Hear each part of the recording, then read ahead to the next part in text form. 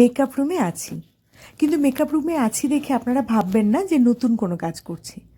আসলে আপনারা সকলেই জানেন যে এই কিছুদিন আগে আমি ফুলকি বলে একটি সিরিয়ালে, যেটি জি বাংলায় হয়, সেখানে একটি কাজ করছিলাম। কাজটি খুব অল্প কয়েকদিনেরই ছিল, আর কিন্তু চরিত্রটি ছিল বড় ভালো, বড় সুন্দর। তা সেই সময়েরই কিছু মুহূর্ত আপনাদের সাথে আজকে ভাগ করে নেব।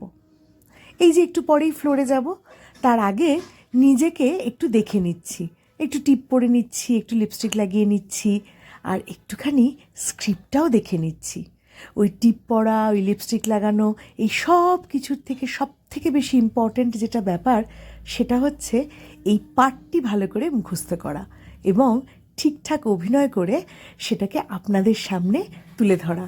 তবেই তো আপনারা আমাকে ভালোবাসবেন, তাই না? আসুন আপনাদের দেখাই ফ্লোরের ভেতরে কি কাণ্ডকারখানাটা হচ্ছে। এই যে এইসব হাতে লাগিয়ে রয়েছে দেখছেন, আসলে কিছুই না, এখানে হবে একটা হসপিটালের সিকোয়েন্সের শ্যুট।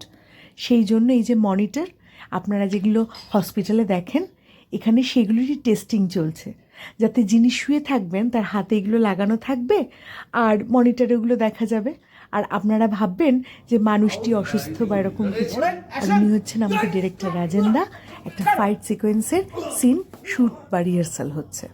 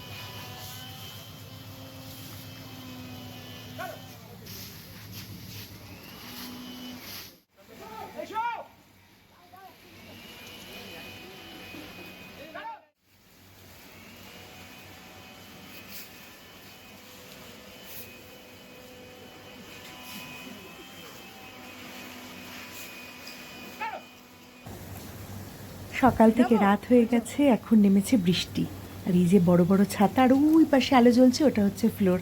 ওই যে ফুলকি যাচ্ছে ফ্লোরে আর আমিও যাচ্ছি ফ্লোরে।